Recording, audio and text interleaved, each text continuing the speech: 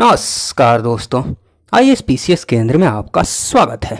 दोस्तों, इस वीडियो में हम जीव विज्ञान से संबंधित जितने भी महत्वपूर्ण तथ्य हैं, बायोलॉजी से संबंधित जितने भी इम्पॉर्टेंट फैक्ट्स हैं जो बीपीएससी या किसी भी अन्य स्टेट पीसीएस एग्ज़ाम या कोई भी वनडे एग्ज़ाम हो उनके लिए काफ़ी इम्पॉर्टेंट है। ठीक है, तो चलिए बिना किसी देरी के वीडियो को शुरू करते हैं। इसके पहले अगर आपने फिजिक्स और केमिस्ट्री वाला वीडियो नहीं देखा होगा तो उसका लिंक मैं डिस्क्रिप्शन बॉक्स में दे दूंगा, उसको भी देख लीजिएगा। ठीक है, चलिए वीडियो को शुरू करते हैं।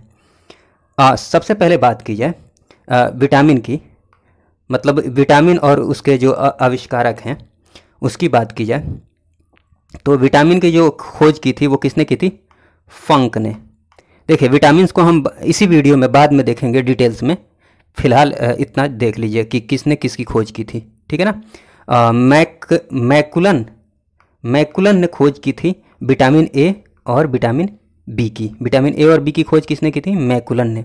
और विटामिन सी की खोज होलकट ने, विटामिन डी की खोज हॉपकिंस ने। ठीक है, चलिए आगे डिटेल्स में देखेंगे विटामिन्स को। ठीक है ना। चलिए उसके बाद बात की जाए जो विभिन्न रोग हैं, वो रोग किससे होते हैं, उसके कारक क्या हैं, मतलब वायरस है, बैक्टीरिया है या फिर प्रोटोजोआ है। ठीक है।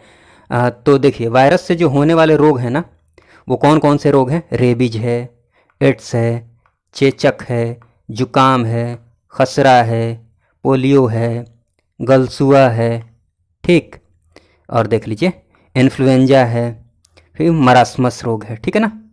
ये सब किससे होते हैं? वायरस से।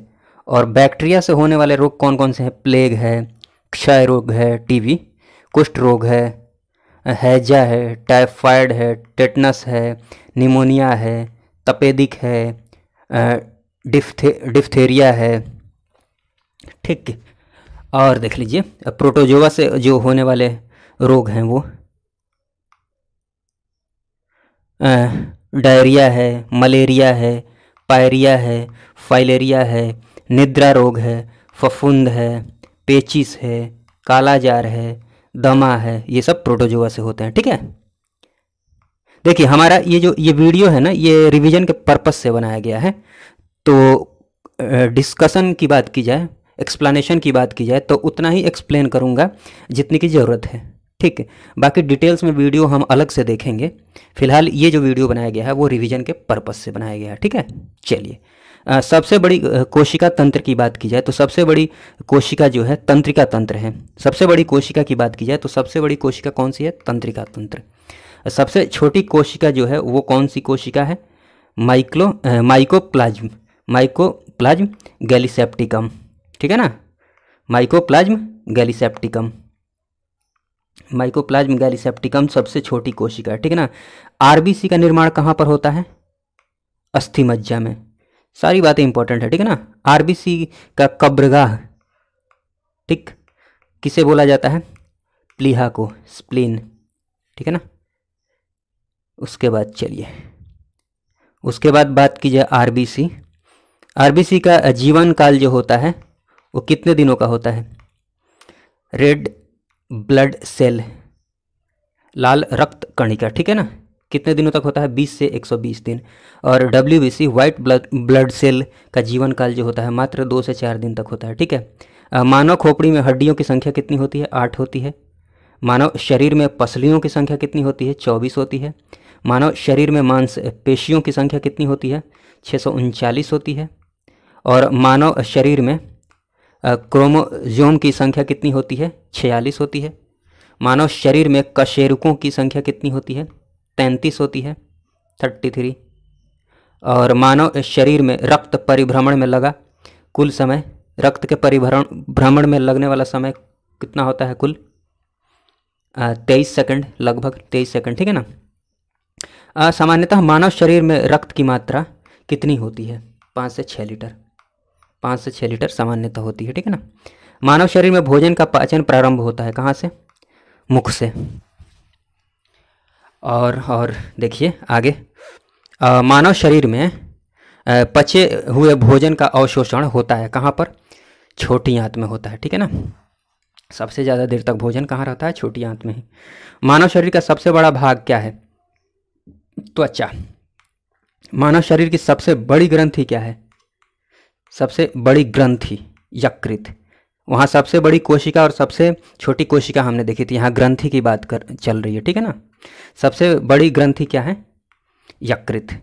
मानव शरीर की सबसे छोटी ग्रंथि क्या है? पिट्यूटरी ग्लैंड, ठीक है ना, पीयूष ग्रंथि। मानव शरीर की सबसे बड़ी हड्डी फीमर, जांघ की हड्डी को फीमर बोलते हैं, ठीक है। मानव शरीर की सबसे छोटी हड्डी स्टेपिस, ठीक है ना, कान की हड्डी। मांसपेशी एवं अस्थि को जो जोड़ता है उसको क्या बोलते हैं? मांसपेशी मतलब मांस एवं अस्थि, हड्डी, मांस और हड्डी को जो जोड़ता है उसको क्या बोलते हैं? टेंडन, ठीक है ना। और अस्थि को जो जोड़ता है हड्डी को, जैसे घुटना हो गया, हड्डी एवं हड्डी को जो जोड़ता है उसको क्या बोलते हैं? लिगामेंट्स, ठीक है ना। प्रोटीन की कमी से बच्चों में होने वाले रोग हैं क्वाशियोरकर एवं मरास्मस, सब इम्पोर्टेंट है, ठीक है ना। विटामिन डी की कमी से बच्चों में होने वाले रोग हैं रिकेट्स, ठीक, रिकेट्स। विटामिन डी, रिकेट्स या फिर सूखा रोग भी दिया होगा, ठीक है ना, रिकेट्स सूखा रोग एक ही बात है। विटामिन डी की कमी से वयस्कों में होने वाले जो रोग हैं वो कौन से रोग हैं? ऑस्टियोमलेशिया, ठीक है ना। चलिए नेक्स्ट देखिए, विटामिन की जब हम बात करेंगे तो ध्यान रखेंगे कि विटामिन जो बी और सी होता है ना, केवल विटामिन बी और सी ये बस जल में घुलनशील होते हैं, मतलब विटामिन बी और सी ही जल में घुलनशील होते हैं। बाकी सब किस में घुलनशील होते हैं? वसा में, ठीक है ना। मतलब जल में घुलनशील विटामिन कौन कौन से हैं? B C. बाकी उसके अलावा सब किस में घुलनशील हैं? वसा में। वसा में घुलनशील विटामिन क्या है? ए, डी, ई एवं के, ठीक। 1 ग्राम वसा के पूर्ण ऑक्सीकरण से कितनी ऊर्जा मुक्त होती है? 9.2 किलो कैलोरी। 1 ग्राम ग्लूकोज से, ठीक है ना, 1 ग्राम ग्लूकोज के पूर्ण ऑक्सीकरण से कितनी ऊर्जा मुक्त होती है? देखिए यहाँ वसा से कितनी ऊर्जा मुक्त हो रही है? 9.2 किलो कैलोरी। और ग्लूकोज से 1 ग्राम ग्लूकोज के पूर्ण ऑक्सीकरण से कितनी ऊर्जा मुक्त हो रही है? 4.2 किलो कैलोरी, ठीक। ग्लूकोज की बात की जाए या फिर कार्बोहाइड्रेट, एक ही बात है। चलिए देखिए अनॉक्सी। अनॉक्सी श्वसन की संपूर्ण प्रक्रिया संपन्न होती है कहाँ पर? अनॉक्सी का मतलब ऑक्सीजन की अनुपस्थिति में। कहाँ होती है? कोशिका द्रव्य में। ऑक्सी श्वसन मतलब ऑक्सीजन की उपस्थिति में। ऑक्सी श्वसन की संपूर्ण प्रक्रिया कहाँ संपन्न होती है? माइटोकॉन्ड्रिया में। मादा जनन हार्मोन के उदाहरण कौन कौन से हैं? एस्ट्रोजन और प्रोजेस्टेरॉन, ठीक है ना। नर जनन हार्मोन के उदाहरण कौन कौन से हैं? एंड्रोजन एवं टेस्टोस्टेरॉन, ठीक है ना, टेस्टोस्टेरॉन। सबसे छोटी एक कोशीय शैवाल है एसिटाबुलेरिया, सबसे छोटी एक कोशीय शैवाल। सबसे बड़ी एक कोशीय शैवाल क्या कौन सी है? मैक्रोसिस्टिस, ठीक ना। सबसे छोटा गुणसूत्र पाया जाता है किसमें? शैवाल में। नील हरित शैवाल के नाम से जाना जाता है किसको? साइनोबैक्टीरिया को। बर्फ पर उगने वाले शैवाल को क्या कहा जाता है? क्रायोफाइटिक शैवाल। पुष्प का जो नर जनन भाग होता है उसको क्या बोलते हैं हम? पुमंग, ठीक है ना। और पुष्प का जो मादा जनन भाग होता है उसको जायंग। पौधे का जनन अंग क्या है? पुष्प है। चट्टानों पर उगने वाले पौधे को क्या कहा जाता है? लिथोफाइट्स। और बर्फ़ पर उगने वाले शैवाल, कन्फ्यूज नहीं होइएगा, यहाँ पर बर्फ़ पर उगने वाले शैवाल हैं। यहाँ चट्टानों पर उगने वाले पौधे की बात की जा रही है, क्या कहा जाता है? लिथोफाइट्स। बालू में उगने वाले पौधों को क्या कहा जाता है? सेमोफाइट्स। फिर बात की जाए कि रेगिस्तान क्षेत्रों में उगने वाले पौधों को कहा जाता है क्या? एरिमोफाइट्स। दलदल में उगने वाले पौधों को क्या कहा जाता है? हिलोफाइट्स, ठीक। और फिर बात की जाए अम्लीय मृदा में उगने वाले पौधों को क्या कहा जाता है? ऑक्जीरोफाइट्स। ऑक्जेलिक एसिड सुना है ना, अम्लीय यहाँ एसिड की बात हो रही है, तो जिसको पता होगा ऑक्जेलिक एसिड नाम सुना होगा वो इसको याद रख सकता है आसानी से, ठीक। ठीक, फिर देखिए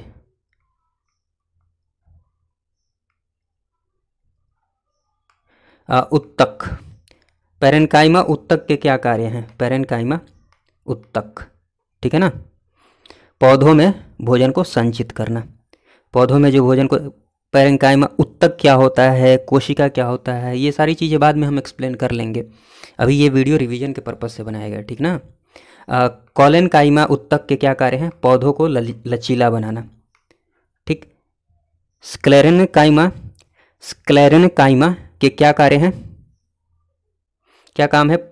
पौधे को कठोर बनाना। प्रकाश संश्लेषण की क्रिया सबसे तेज कहाँ होती है, किस में होती है, किसकी उपस्थिति में? लाल रंग के प्रकाश में। पत्तियों का हरा रंग होता है किसकी वजह से? क्लोरोफिल की वजह से, या फिर क्या बोलते हैं उसको, पर्णहरित, ठीक है ना, क्लोरोफिल को। फिर बात की जाए शरीर के भीतर रक्त का थक्का नहीं बनने देने वाला प्रोटीन क्या है? हेपेरिन, हेपेरिन, रक्त का थक्का नहीं बनने देता है हेपेरिन, ठीक है ना। और रक्त का थक्का बनने के लिए अनिवार्य प्रोटीन का नाम क्या है? रक्त का थक्का जो बनाता है, नहीं बनने देने के लिए हेपेरिन हो गया, और रक्त का थक्का बनाने के लिए जो अनिवार्य प्रोटीन है वो क्या है? फाइब्रिनोजेन, फाइब्रिनोजेन, ठीक है ना। ब्लड बैंक में रक्त को रखा जाता है किस टेम्परेचर पर? 40 डिग्री फ़ारेनहाइट पर, ठीक है। सर्वप्रथम जेनेटिक्स शब्द का प्रयोग किया गया था किसके द्वारा? W वॉटसन द्वारा। सर्वप्रथम जीन शब्द का प्रयोग किया गया था किसके द्वारा? जोहानसन द्वारा, जोहानसन द्वारा, ठीक है ना। सर्वप्रथम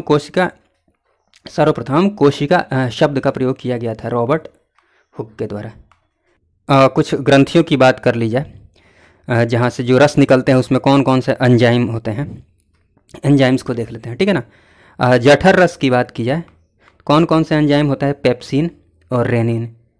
आप एंजाइम जरूर से याद रखिएगा, पेप्सिन और रेनिन, ठीक है, ठीक है ना, जठर रस। अग्नाशय रस की बात की जाए तो यहाँ से जो एंजाइम का श्रावण होता है, श्रावण, वो कौन सा होता है? ट्रिप्सिन। और कौन से एंजाइम का श्रावण होता है? लाइपेज, ठीक है। और लार की बात की जाए ना, यहाँ से ये बहुत इंपॉर्टेंट है, टॉयलिन, ठीक। लार मुंह में निकलता है, कौन सा एंजाइम होता है? टॉयलिन होता है, माइलेज होता है, मॉल्टेज होता है, बट आप टॉयलिन जरूर याद रखिएगा, ये भी याद रखिएगा, माइलेज मॉल्टेज, लेकिन टॉयलिन जरूर याद रखिएगा, ठीक है ना। चलिए, उसके बाद बात की जाए कोशिका का पावर हाउस किसे कहा जाता है? कोशिका का शक्ति गृह किसे कहा जाता है? माइटोकॉन्ड्रिया को, माइटोकॉन्ड्रिया को, ठीक है। पित्त स्त्रावित होता है कहाँ से? यकृत से। पित्त जमा होता है कहाँ पर? पित्ताशय में।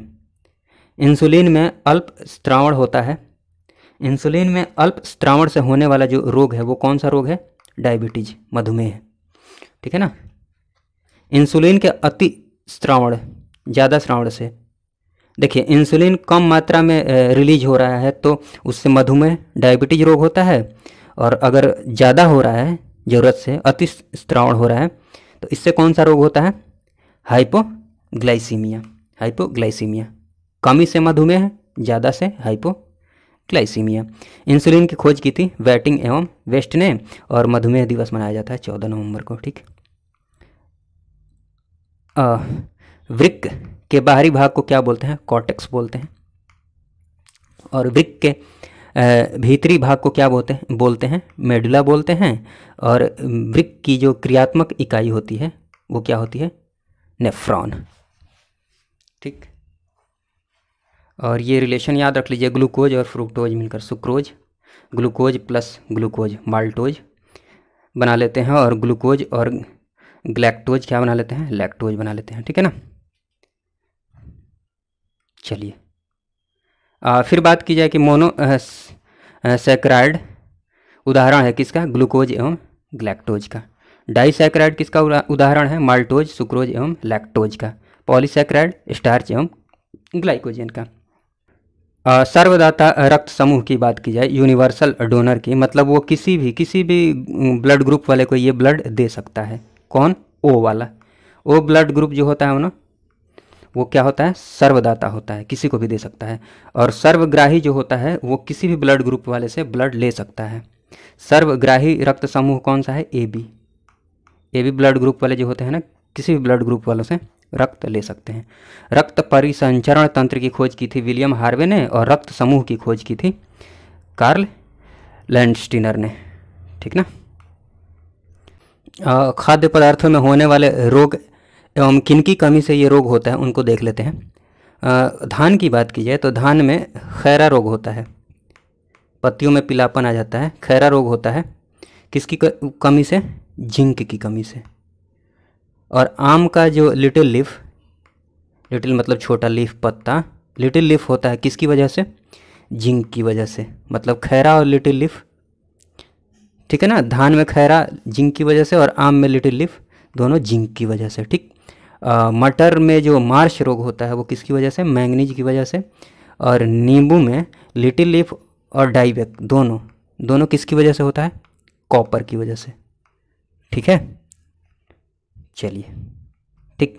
बात की जाए कि पौधों में विभिन्न भागों तक भोज्य पदार्थ का वाहक कौन सा होता है, तो फ्लोएम।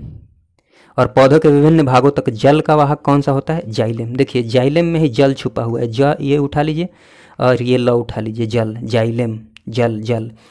तो इस नाम में ही दिख रहा है जल, तो ये जल का वाहक है। और बाकी ये एक बच गए, ये फ्लोएम। तो ये क्या करता है, भोज्य पदार्थों को पहुंचा देता है पौधों के विभिन्न भागों तक, ऐसे याद रख लीजिए। लीवर में संचित विटामिन को क्या बोलते हैं, ठीक है ना। लीवर में संचित विटामिन को क्या बोला जाता है, विटामिन ए, ठीक। मछलियों के यकृत में, वही लीवर में, मछलियों के यकृत तेल में किस विटामिन की प्रचुरता होती है, विटामिन ए की। वृद्धि हार्मोन स्रावित होता है कहाँ से, पीयूष ग्रंथि से, पिट्यूटरी ग्लैंड से।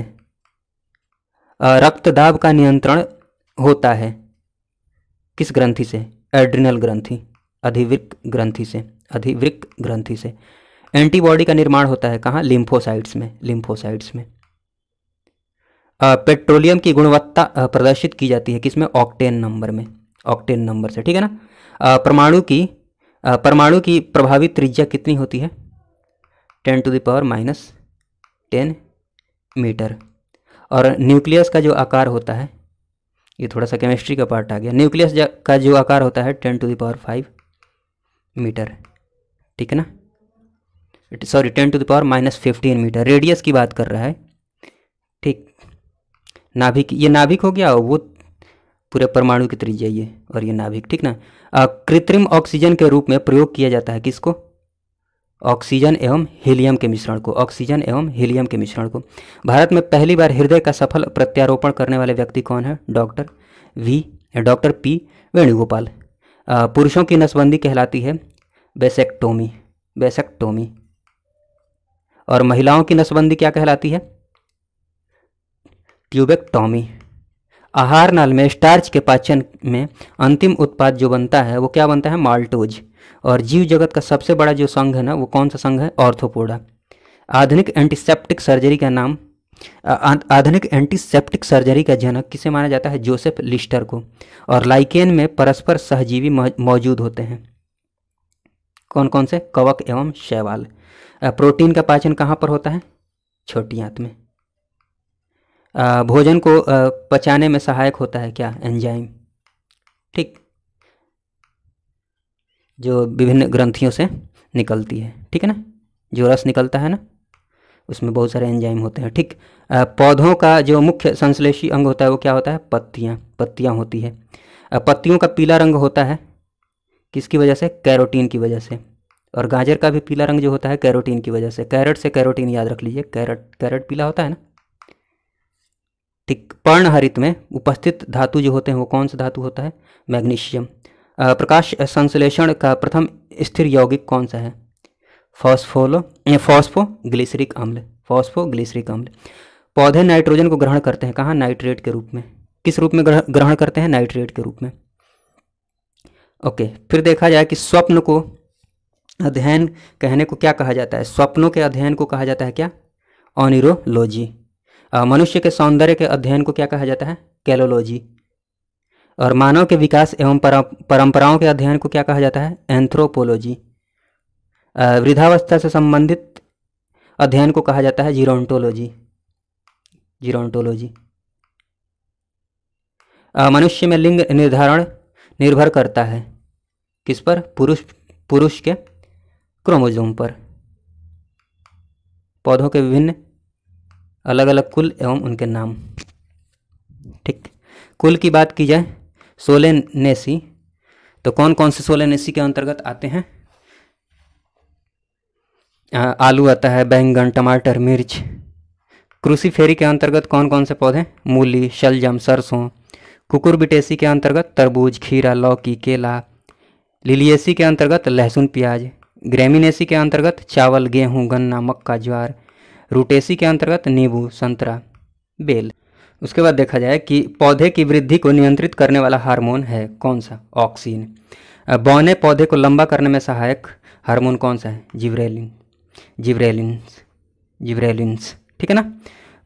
पौधे में कोशिका विभाजन एवं विकास में मदद करने वाला हार्मोन होता है कौन सा? कोशिका के विभाजन एवं विकास में मदद करने वाला साइटोकाइनिन। पौधे के वृद्धि रोधक हार्मोन के रूप में जाना जाता है किसको? एब्सिसिक को। ठीक है ना। एकमात्र हार्मोन जो गैसीय अवस्था में पाया जाता है एथिलीन। किस हार्मोन को फूल खिलाने वाला हार्मोन के नाम से जाना जाता है? फ्लोरिजेंस। फ्लावर से याद रख सकते हैं इसको, फ्लोरिजेंस। देखिए अब आ गया विटामिन, ये जानना तो बहुत ज़रूरी ही है इसको। देखिए विटामिन ए की बात की जाए तो इसका जो रासायनिक नाम है वो क्या है? रेटिनॉल। विटामिन ए का रासायनिक नाम रेटिनॉल है और इसकी कमी से जो होने वाला रोग है वो कौन सा रोग होता है? जीरोफ्थैल्मिया। विटामिन B1 का रासायनिक नाम जो है वो क्या है? थायमीन है और इसकी कमी से जो होने वाला रोग है विटामिन B1 की, वो कौन सा रोग है? बेरी। ठीक। विटामिन B2 की बात की जाए तो इसका रासायनिक नाम है राइबोफ्लेविन। इसकी कमी से त्वचा का फटना रोग होता है। विटामिन B3 की बात की जाए तो इसका रासायनिक नाम नियासिन है, और इसकी कमी से होने वाला जो रोग है वो है पेलाग्रा। विटामिन B5 की बात की जाए तो पेंटोथेनिक अम्ल इसका रासायनिक नाम है। इसकी कमी से बाल सफ़ेद होते हैं, बालों का सफ़ेद होना। ओके, विटामिन B6 की बात की जाए तो इसका रासायनिक नाम है पायरिडॉक्सिन और इसकी कमी से होने वाला जो रोग है एनीमिया है। विटामिन B7 की बात की जाए तो रासायनिक नाम बायोटिन है, बालों का गिरना इसकी कमी से होता है। ठीक है ना। विटामिन B11 की बात की जाए तो इसका रासायनिक नाम क्या है? फॉलिक अम्ल। इसकी कमी से जो रोग होता है वो पेचिस रोग होता है। विटामिन B12 की बात की जाए तो इसका रासायनिक नाम है साइनोकोबालामिन। इसकी कमी से जो रोग होता है पांडु रोग होता है। विटामिन C की बात की जाए तो एस्कॉर्बिक एसिड नाम है इसका रासायनिक नाम। इसकी कमी से जो रोग होता है वो क्या होता है? मसूड़ों का फूलना। ठीक है ना। और इसके बाद जो बात की जाए विटामिन D की तो इसका रासायनिक नाम कैल्सीफेरॉल होता है और इसकी कमी से जो रोग होता है रिकेट्स, सूखा रोग। ठीक ना। विटामिन D2 की बात की जाए तो इसका रासायनिक नाम होता है ऑर्गो कैल्सीफेरॉल और विटामिन D3 का होता है कोले कैल्सीफेरॉल। आप बस विटामिन D भी याद रखेंगे तो काम चल जाएगा। ठीक है। चलिए इसके बाद देखते हैं जीवधारियों के आनुवांशिक संगठन को क्या कहते हैं? जीनोटाइप। और गुणसूत्रों में पाए जाने वाले आनुवांशिक पदार्थ को क्या कहते हैं? जीनोम। जीन की कार्यात्मक इकाई जो है वो क्या है? सिस्ट्रॉन है और उत्परिवर्तन की इकाई क्या है? म्यूटॉन है। पुनः संयोजन की इकाई क्या है? रेकॉन है। यूनिट की बात कर रहा है सब। ठीक है ना। किसमें मेजर करते हैं? समसूत्री विभाजन होता है किसमें? कायिक कोशिकाओं में। और अर्धसूत्री होता है जनन कोशिकाओं में। ओके, फिर बात की जाए कि अर्धसूत्री विभाजन कहाँ होता है? अविकसित कोशिकाओं में। तो चलिए फ्रेंड्स, इस वीडियो में बस इतना ही। वीडियो देखने के लिए बहुत बहुत धन्यवाद। जय हिंद, जय भारत।